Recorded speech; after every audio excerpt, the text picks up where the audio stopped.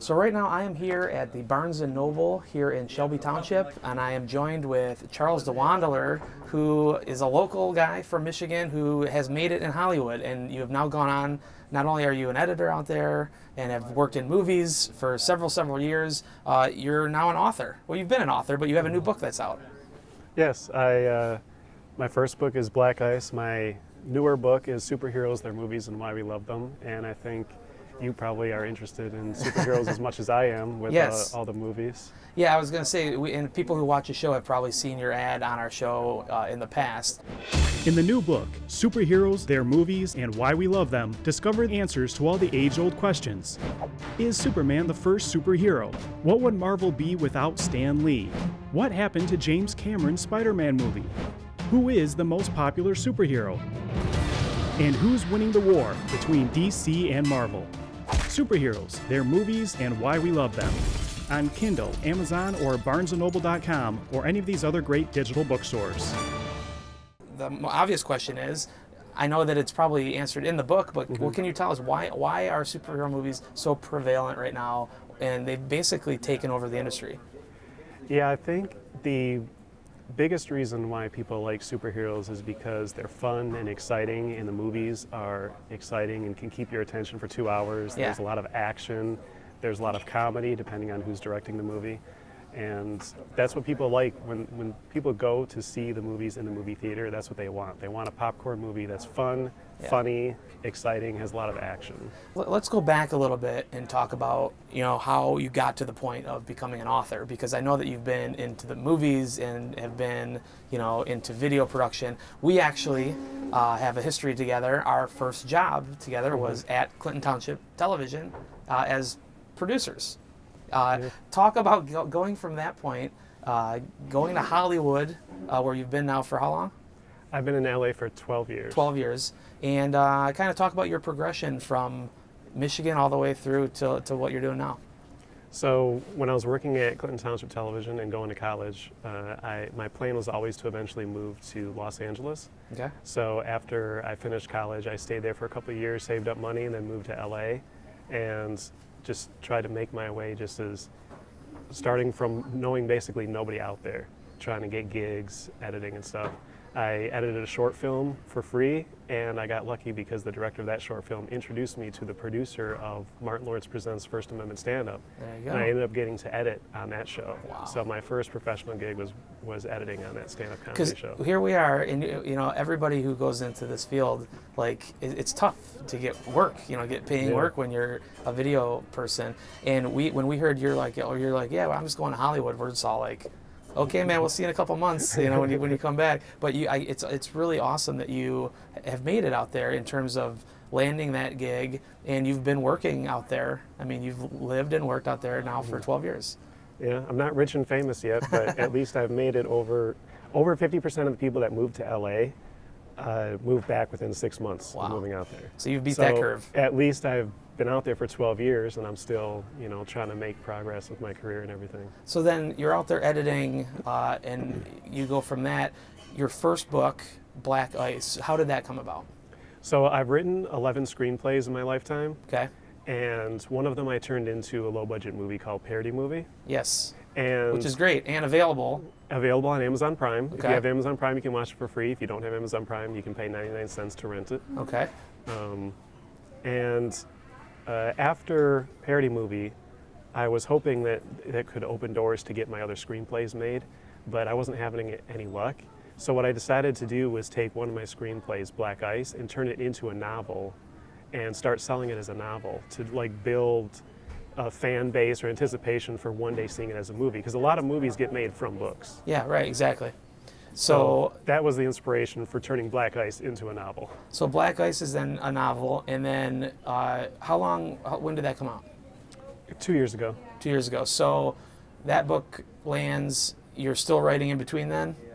I'm still working on my own projects, writing my own scripts, editing on the side, stuff like that. So then what gets you into the new book, Superheroes, Their Movies, and Why We Love Them? You obviously have a fascination with superheroes. Again, your movie, Parody Movie, is kind of in the vein of, those, Scary Movie and all those kind of Zucker kind of parody movies that Yeah. have come out in the past, but a lot of it deals with the superhero genre. Yeah, we spoof, in the movie, we spoof a lot of different movies, but we do spoof Superman and Batman in the movie. So Yeah. there is that superhero element in the movie for So sure. this has been this has been one of your main interests, like since you've been a kid, right? Yeah, since I was a little kid, I used to watch the Christopher Reeve Superman Yeah. movies on VHS. And when the movie Batman came out, that's like the first superhero movie I saw in the theater. And I was about 8 years old, and I just remember being like totally blown away by the Batman movie and liking like how dark Batman was. Yeah. Like I was used to seeing like reruns of the TV show. Oh, It was yeah. all campy. Yeah. And then when I saw like the Tim Burton version, it's like, whoa, that's what Batman is supposed to be. This is so cool. Sure. And I've just been into superheroes ever since. So why not write about a superhero or fan fiction? What brought you to the idea of writing a book kind of about people's fascination with superheroes? Well, I think a lot of people, even people in Hollywood, don't necessarily understand why superhero movies are popular. And I was doing a lot of reading about the different superheroes and finding these interesting stories about their creation of the superheroes and the behind the scenes. So like the behind the scenes of how not only the comic books were made, but how the movies were made. And I thought, nobody's ever written a book that tries to like condense everything into one book that like somebody who's like just learning about it could like read the book and like get like an overview Right, of sure. the behind the scenes of superheroes and their creators and the movies that they made. Like even this Superman movie with Christopher Reeve, like there's a whole backstory to like that movie getting made. The Batman movie, it took 10 years for the producer of that movie to get that movie made. Right. And you think it would be a no-brainer, but people in Hollywood, after the Superman movie was like the biggest movie in the world, he was like, well, I have the rights to Batman. Do you want to make a Batman movie? And they're like, no. And it's like, how do you not want to make a Batman movie Right. after Superman is so successful? Like, Batman's the obvious choice. And it's clearly just kind of snowballed since that era in Oh, film yeah. to where they've really kind of squeezed the life. Superhero movies have kind of squeezed the life out of Hollywood. I mean, they're the Pretty top much. grossing movies of every year, and it's hard even for guys to get the little movies made these days. Yeah, and it's like, I don't know, you tell me as a film critic, is it a good thing or a bad thing that there are so many superhero movies out there nowadays? Well, I guess it depends on your own personal tastes. Like there's a part of me, because, my job before I went to, when we worked as producers at Clinton Township TV, I worked at a comic book store. Oh, yeah, that's right. And so there's a part of me that is like, oh my God, they're making all these superhero movies, and I finally get to see, these characters like on the big screen. But when you realize what it's doing to the industry as a whole, it is kind of like, wait, I want my other movies back too. I want my romantic comedies and my, screwball comedies and my action movies and my the lower produced things. Yeah, it seems like nowadays all the movie studios that in the 80s were trying to shy away from superhero movies. Yeah. Now all they want to do is make superhero movies. Exactly. Like 5 movies a year, superhero movies. Now, is this in your book? Is this a trend? Is this a fad? Are we going to look back on this era of movies as like the superhero era, and like, is this just kind of the interest of the time, or is this something that's inherent in us, our love for superheroes? That's a good question. I don't really know if I have a good answer for that, because Okay. I do kind of mention that in the book, but I don't. I say like in 100 years from now, are people still going to be watching Superman and Batman movies? Right. But they might, because they've actually been making serials for, back in the old days of movie serials, where they would make like 20-minute short films that would play before like a movie. Right. The original serials were Superman, Batman, Captain America, and like other things that are not superheroes. Right. So here we are 60, 80 years later, and what are we watching? We're watching movie serials. Yeah. We're watching the Marvel movie serials three times a year. We're watching a 2-hour movie, Yeah. and they all go together in one consistent storyline. Unbelievable. So it's really just the movie serials from the 40s, just like completely It's nothing new expanded. then, in other words. It's something that's been around, and they're just kind of tapped back into. Kind of, yeah. Yeah. It's like they fell out of favor for a while in maybe the 50s and stuff, like after George Reeves killed himself. Yeah. And then it The original slowly, Superman actor, yeah. from the Batman TV show to then the Superman movie to then the Batman movie, it slowly became more popular again. And after the Batman movie, it was just all bets were off. Like they made anything that was ever a superhero has been made into either a TV show or a movie or something now.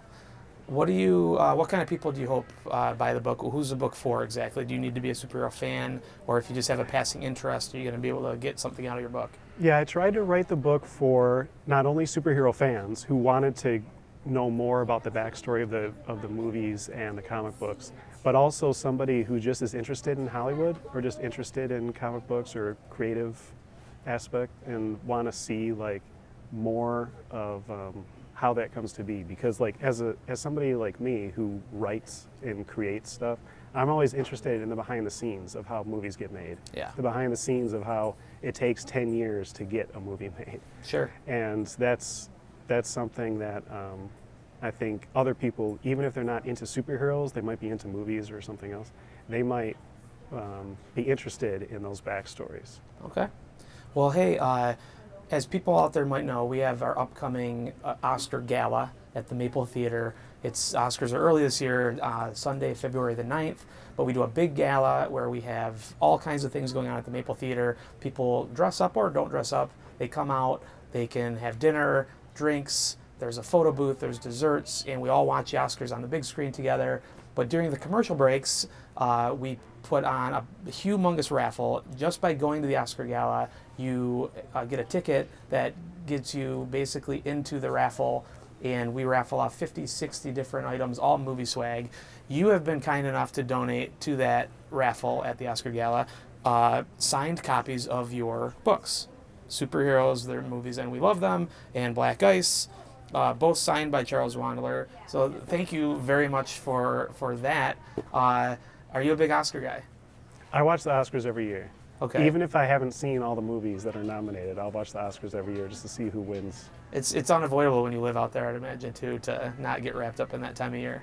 I think I've always been interested in the Oscars. I've always been interested in filmmaking, so there's no way that I would not watch the Oscars. I mean, Right. am I ever going to win an Oscar award and be on there? That would be like a dream come true. Maybe. Yeah, you never know. But I at least have to watch it. I want to see who's going to win. Well, I appreciate that you would donate these to our raffle at the Oscar Gala. If people aren't that lucky to win these at the raffle, though, how can people buy your book? Where can people find your book? How can they get these books? The best way to find the books is on my website, charlesdewandler.com, Okay. and they can find the links there to order through either Amazon or Kindle or barnesandnoble.com. All the links are on my website. Okay, and we got the website right here on the screen for you. So just go to that website for this book. It's an awesome book. I think anybody who likes superheroes, which is basically everybody judging by the box office, That's true. You're going to have something in this book for you. And again, you'd be supporting a local talent like you, Charlie. It's awesome to see what you've done with your career from the time that we worked together. And I wish you nothing but luck. Thanks for joining me here today. Thank you for having me on the show, and I love seeing you get into this critics stuff and doing all your critic TV shows and Thanks, everything, man. and your column and everything. I like your column. We're too. doing okay for ourselves, right? Yeah. Making it work. Hopefully it just leads to bigger and better things, right? That's right. That's right. Thanks.